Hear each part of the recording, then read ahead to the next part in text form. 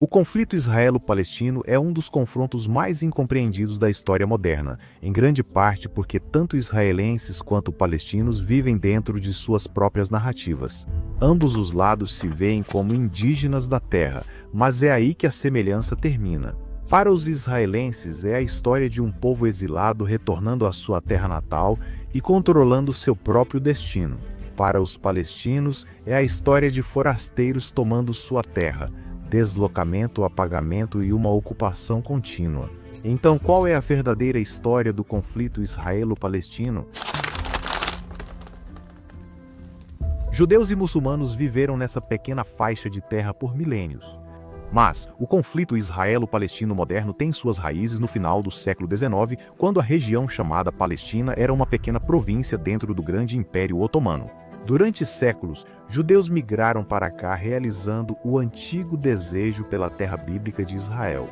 Na década de 1880, a migração aumentou quando judeus da Europa Oriental fugiram dos pogroms. Alguns foram para outras partes da Europa ou cruzaram o Atlântico, mas outros, impulsionados por idealismo, decidiram voltar à antiga terra natal judaica e criar uma nova sociedade judaica para o mundo moderno. Esse idealismo foi a expressão inicial de um novo movimento chamado sionismo. O líder desse movimento era Theodor Herzl. Influenciado pela criação de estados-nação na Europa e pelo antissemitismo, Theodor Herzl sonhava em criar um estado onde judeus controlassem seu destino. Ele e seus apoiadores idealizavam esse novo estado na Palestina, local da antiga terra natal judaica. Mas, à medida que o apoio ao sionismo crescia e cada vez mais refugiados judeus europeus imigravam para a Palestina, a população árabe local ficava cada vez mais ressentida. Os árabes consideravam os judeus colonizadores indesejados, apesar de eles terem comprado legalmente as terras onde se instalaram. O atrito entre judeus e árabes cresceu após a Primeira Guerra Mundial, com a dissolução do Império Otomano e o início do mandato britânico na Palestina. Alguns árabes desejavam criar um Estado pan-árabe unificado que abrangesse a Palestina otomana. Com as fronteiras do Oriente Médio definidas por franceses e ingleses, a esperança de um grande Estado árabe sumiu. Árabes da Palestina mandatária passaram a se unir em torno do nacionalismo palestino, confrontando o sionismo e resistindo ao domínio britânico. A oposição árabe ao sionismo era também religiosa. A imigração judaica contrariava o princípio islâmico de que não-muçulmanos não podem possuir terras antes controladas por muçulmanos. Judeus e árabes agora estavam em rota de colisão política e religiosa. Dois eventos nos anos seguintes foram decisivos para a luta crescente e prenunciaram o longo e sangrento conflito que viria. O primeiro foi um massacre mortal de judeus na Palestina por árabes em 1929. O massacre ocorreu após uma campanha de propaganda que falsamente acusava judeus de profanar locais sagrados muçulmanos e tentar reconstruir o templo judaico. O segundo foi uma revolta árabe de 3 anos contra os britânicos iniciada em 1936. Em 1939, os britânicos reprimiram a revolta com apoio da população judaica da Palestina. Mas a dura resposta britânica teve consequências devastadoras para os árabes. Os mais sortudos conseguiram fugir. Os azarados foram presos, ou coisa pior. A rebelião árabe teve sucesso em um aspecto. Para acalmar os árabes, os britânicos limitaram o número de judeus permitidos a emigrar para a Palestina. Os judeus da Palestina ficaram furiosos ao se sentirem traídos após ajudarem os britânicos a reprimir a rebelião árabe. Eles sabiam que judeus na Europa estavam desesperados para escapar da ameaça nazista. Alguns grupos paramilitares judeus passaram a atacar os britânicos, lançando uma campanha para encerrar o domínio britânico na Palestina e permitir a imigração de judeus que fugiam da Europa nazista. Porto de Haifa, Palestina. Um incêndio de óleo, admitidamente iniciado por terroristas, o chamado Grupo Stern, se espalha por cerca de 400 metros da orla. As explosões teriam sido planejadas para distrair os britânicos enquanto um navio de refugiados tentava chegar ao porto à noite. Mas isso não foi suficiente para salvar os judeus europeus. 6 milhões de judeus, 1/3 da população judaica mundial, foram mortos, perdidos nos horrores do Holocausto. Com os sobreviventes saindo dos escombros e as atrocidades nazistas reveladas, judeus no mundo todo reforçaram a convicção de que precisavam de um Estado próprio para proteção. Um Estado judeu provavelmente não teria impedido as atrocidades, mas poderia ter minimizado o número de mortes. Após a Segunda Guerra Mundial, os britânicos estavam exaustos após quase 30 anos tentando mediar entre judeus e árabes. Eles transferiram a responsabilidade do próximo passo para as Nações Unidas. Em 29 de novembro de 1947, a Assembleia Geral da Organização das Nações Unidas aprovou a divisão do mandato britânico da Palestina em um Estado judeu de Israel e outro árabe. A resolução da Comissão DAC para a Palestina foi adotada pela Rua Síria, Botas procurando contra Tinabstin. Jerusalém, sagrada para judeus, muçulmanos e cristãos, ficaria sob controle internacional por 10 anos. Segundo o plano, até maio de 1948, os britânicos sairiam e os dois novos países existiriam lado a lado. Para os judeus, esse plano era imperfeito, mas melhor do que nada, mas para os árabes era inaceitável. Eles não aceitavam o direito da Organização das Nações Unidas de entregar o que consideravam ser sua terra e rejeitavam categoricamente a ideia de um Estado judeu, chegando a ameaçar, abre aspas, uma guerra de extermínio. Dias após a votação da Organização das Nações Unidas, árabes na Palestina atacaram comunidades judaicas, iniciando a guerra entre árabes e judeus sob o olhar britânico. Em 14 de maio de 1948, um dia antes do fim oficial do mandato britânico, o líder sionista David Ben-Gurion anunciou a independência de Israel.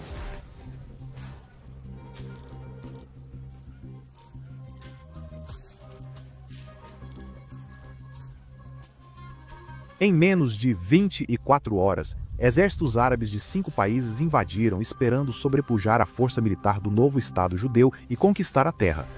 Os judeus eram menos numerosos, mas possuíam algo que faltava aos árabes: unidade.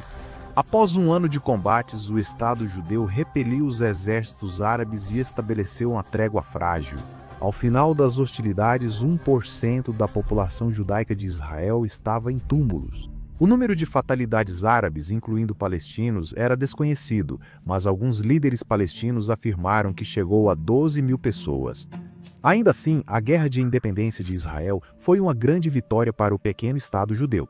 Israel não só manteve o território destinado pela Organização das Nações Unidas ao Estado judeu, mas também conquistou áreas extras, principalmente os bairros ocidentais de Jerusalém, onde morava a maioria dos judeus da cidade. E é aqui que as narrativas do conflito divergem. Para os palestinos, o resultado foi um desastre absoluto. Entre 1947 e 1949, ocorreu a Nakba, termo árabe para catástrofe. Milhares perderam suas vidas. Mais de 400 vilarejos árabes foram destruídos e, em muitos casos, despovoados. Cerca de 700 mil árabes estavam agora desabrigados. Muitos fugiram dos combates, enquanto outros foram expulsos à força pelas tropas israelenses. Alguns foram para outros países árabes. A maioria acabou na Cisjordânia e na faixa de Gaza, territórios que faziam parte do Estado árabe proposto pela Organização das Nações Unidas, mas que agora estavam sob controle jordaniano e egípcio. Alguns ficaram em Israel, teoricamente cidadãos iguais, mas na prática forçados pelo governo a viver sob lei marcial. Nas 2 décadas seguintes, países árabes tentaram pressionar Israel cortando combustível e água. Guerrilheiros palestinos chamados Fedayeen infiltraram as fronteiras de Israel dezenas de vezes, tirando centenas de vidas israelenses. Em 1967, a crescente pressão dos estados árabes resultou em uma crise. Egito, Jordânia e Síria concentraram dezenas de milhares de tropas nas fronteiras de Israel. Em menor número e à beira da aniquilação, Israel chocou o mundo ao destruir a maior parte da força aérea egípcia em um ataque aéreo surpresa. O resultado dessa guerra mudaria toda a trajetória do Oriente Médio. Em 6 dias, Israel derrotou os exércitos árabes e capturou Jerusalém Oriental, Gaza, Sinai, Cisjordânia e colinas de Golã. A Cisjordânia e Gaza já abrigavam 1,2 milhão de palestinos, muitos refugiados de 1948. De repente, Israel tornou-se responsável por uma grande e hostil população. E como Israel havia adquirido esses territórios pela força, o status deles ficou em aberto. Então a Organização das Nações Unidas tentou mediar. Se Israel devolvesse todos os territórios, o bloco árabe teria que reconhecer seu direito de existir. exceto que os países árabes não pretendiam reconhecer Israel. Alguns meses após sua derrota na Guerra dos 6 Dias, os líderes árabes se reuniram para discutir o que fazer com o Estado judeu. Eles saíram com um consenso chamado 3 nãos. Sem paz, sem reconhecimento e sem negociações com Israel. Essa posição definiria a relação do mundo árabe com Israel na próxima década. Assim, Israel tinha pouca motivação para ceder esses territórios estratégicos. Sem a Cisjordânia, as fronteiras centrais de Israel tinham só 15 quilômetros de largura, facilitando que qualquer invasor cortasse o país ao meio. Para fortalecer suas defesas, Israel criou assentamentos judaicos em pontos estratégicos da Cisjordânia. Essas comunidades serviriam como estações de alerta precoce para qualquer invasão árabe. Para muitos israelenses, elas simbolizavam o retorno milagroso dos judeus à terra bíblica. Para os palestinos, assentamentos israelenses e presença militar na Cisjordânia eram um roubo constante de suas terras. Esse sentimento de injustiça reavivou o nacionalismo palestino. Vários grupos guerrilheiros palestinos se uniram sob a liderança de Yasser Arafat e da Organização para a Libertação da Palestina, criada em 1964. A estratégia deles? Luta armada até a libertação da Palestina do Rio Jordão ao Mar Mediterrâneo, o que significa o fim total do Estado judeu. Enquanto isso, o ressentimento pela vitória de Israel aumentava entre os países árabes, principalmente Egito e Síria. Israel não esperava que os árabes atacassem logo após sua derrota militar em 1967. Eles estavam errados. É uma guerra total. Assim, o ministro da Defesa de Israel, Moshe Dayan, relata a invasão das colinas de Golã e da margem leste do Suez pela Síria e Egito. Os ataques surpresa ocorreram nesta manhã por ar e terra. Em 1973, no Yom Kippur, o dia mais sagrado do calendário judaico, Egito e Síria atacaram Israel simultaneamente, pegando Israel completamente de surpresa. Israel sofreu grandes perdas, embora tenha saído intacta no final. Essa vitória parecia mais uma derrota. O Egito atacou Israel para se vingar da derrota de 1967. Agora, eles estavam prontos para que seu relacionamento começasse a descongelar. 6 anos após a Guerra do Yom Kippur, Israel e o Egito assinaram um acordo de paz histórico na Casa Branca. Esse tratado foi a primeira mudança do conflito árabe-israelense mais amplo para o conflito palestino-israelense mais restrito. A liderança palestina acreditava que o Egito os havia traído e abandonado. Se outras potências árabes falharam em libertá-los, era hora de agir por conta própria e com força. Sob a liderança da Organização para a Libertação da Palestina, militantes palestinos aumentaram ataques terroristas contra civis israelenses. Mas, em vez de enfraquecer as defesas de Israel, a campanha de terror teve o efeito oposto. No fim dos anos 1970, Israel intensificou a construção de assentamentos na Cisjordânia.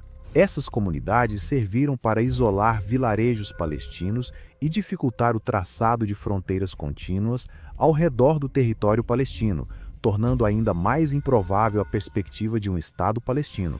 A tensão entre Israel e os palestinos culminou na primeira intifada em 1987. Israel respondeu firmemente ao terror palestino. 160 israelenses e mais de 1.100 palestinos perderam suas vidas. A primeira intifada trouxe mudanças importantes ao conflito. O primeiro foi o surgimento do grupo terrorista palestino Hamas. Seu objetivo era eliminar Israel e criar o Estado Árabe Islâmico da Palestina, motivado pelo fervor religioso. Enquanto o Hamas buscava destruir Israel, a Organização para a Libertação da Palestina, principal liderança palestina, adotou uma postura mais pragmática. Em 1993 e depois, novamente em 1995, após anos de conversas secretas e negociações intensas, o governo israelense e a Organização para a Libertação da Palestina fizeram o impossível.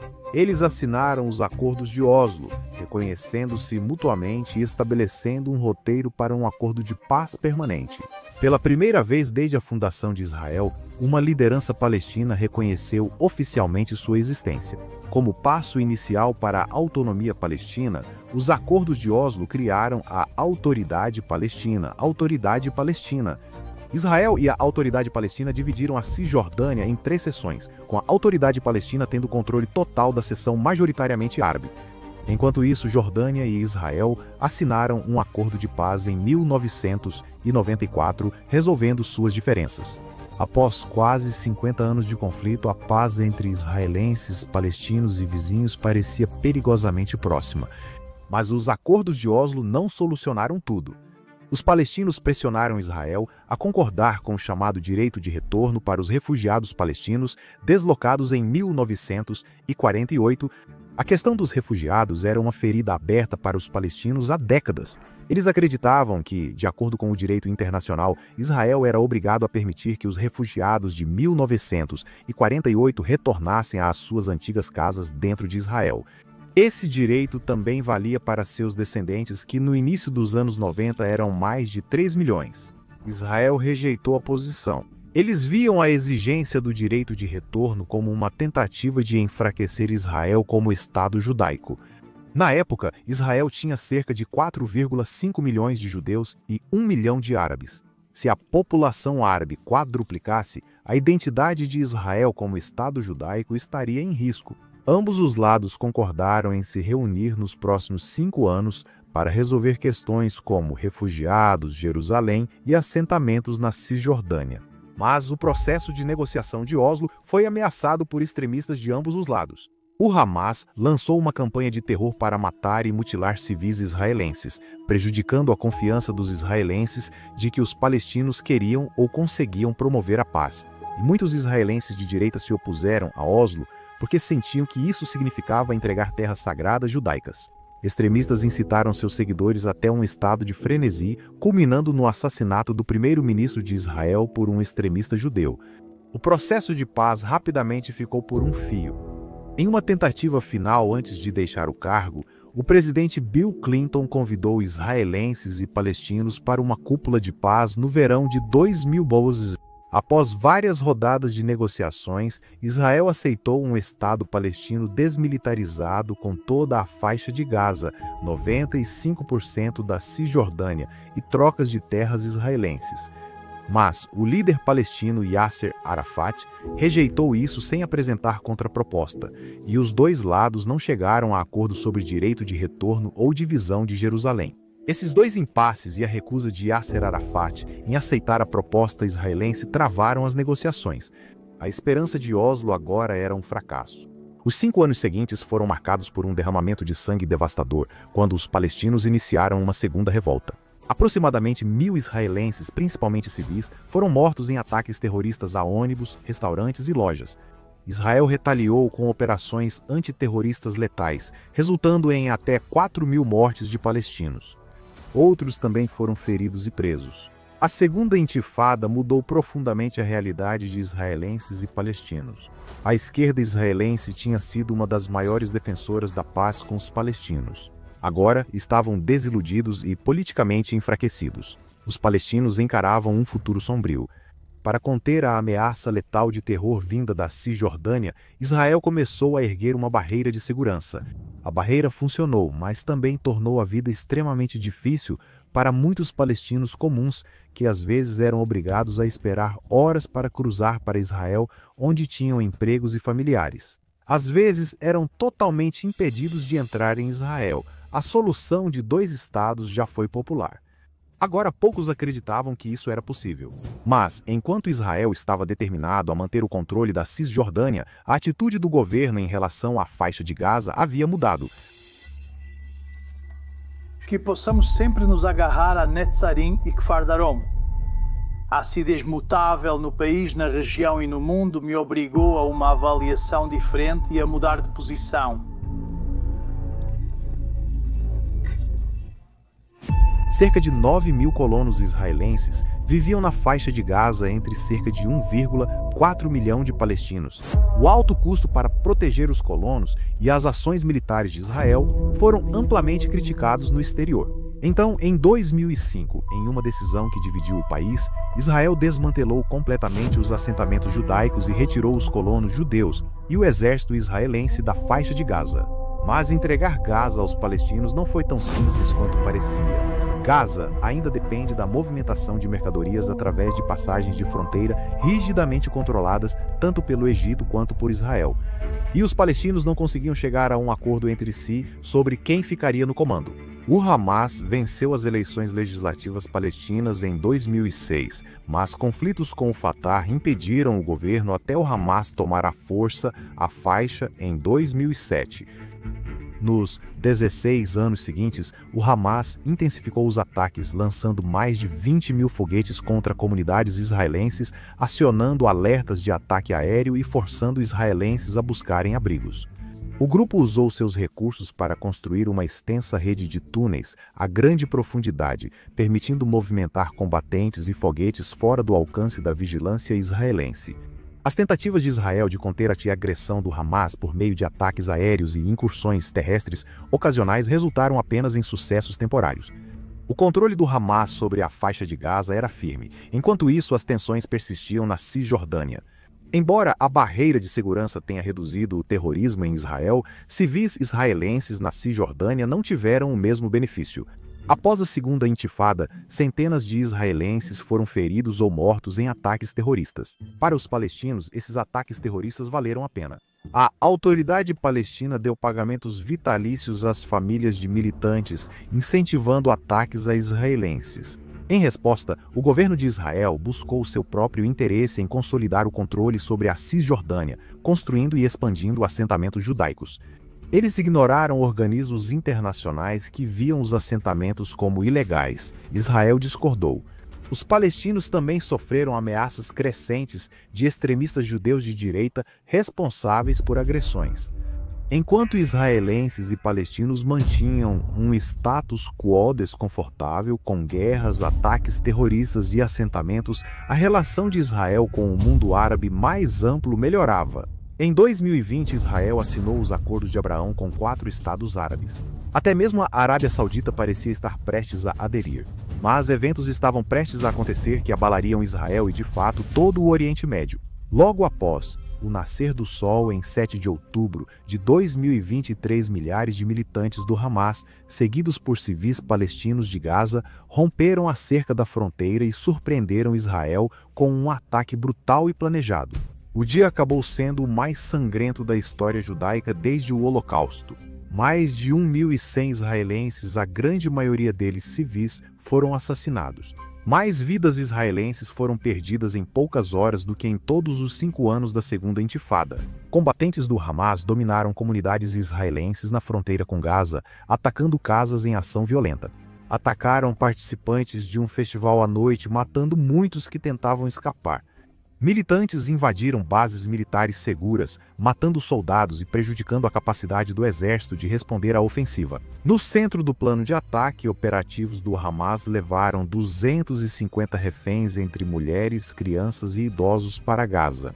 Esses reféns tiveram papel crucial conforme a guerra avançava. Em Gaza, sob controle do Hamas, e na Cisjordânia da Autoridade Palestina, o ataque foi celebrado com aplausos. A liderança do Fatah, a organização política que domina a Autoridade Palestina, elogiou os ataques como autodefesa e os agressores como heróis que eram motivo de orgulho e honra para o povo palestino. Jurando erradicar o Hamas de uma vez por todas, Israel atacou Gaza pelo ar e mobilizou tropas para uma operação terrestre. Centenas de soldados israelenses entraram em Gaza e voltaram em sacos de cadáveres. A guerra devastou os palestinos. O Ministério da Saúde do Hamas afirma que as mortes em Gaza chegam a dezenas de milhares. Israel diz que quase metade dos mortos eram terroristas do Hamas. A maioria dos 2 milhões de palestinos de Gaza foi deslocada e vive em campos de refugiados com grave falta de comida e água. Grande parte da infraestrutura em Gaza foi reduzida a pó e escombros e levará anos para ser reconstruída. Os danos à sociedade civil israelense e palestina são profundos. Isso apenas reforçou as narrativas opostas do conflito. Para israelenses e judeus no mundo, 7 de outubro reacendeu medos antigos marcados por séculos de pogroms e o Holocausto. Os eventos de 7 de outubro reforçam a ideia comum entre israelenses de que os palestinos querem destruir Israel. Ceder território aos palestinos coloca Israel em risco e uma paz temporária traz consequências piores. Será difícil convencer os israelenses de que a independência palestina não aumentará o perigo. Para palestinos e apoiadores, a destruição causada por Israel e Gaza é vista como imperdoável e criminosa. Eles veem a guerra como uma tentativa de extermínio em massa. E mesmo que alguns palestinos culpem o Hamas pela reação em cadeia que se seguiu ao dia 7 de outubro, muitos mais culpam Israel pelo massacre. Hoje estamos em um dos pontos mais difíceis dessa longa história. E como esses dois povos traumatizados vão juntar os pedaços, é impossível prever. Mas, para que haja uma paz duradoura, ambos os lados precisam sair de suas próprias narrativas, enxergar a perspectiva do outro, validar um ao outro e encontrar um terreno comum.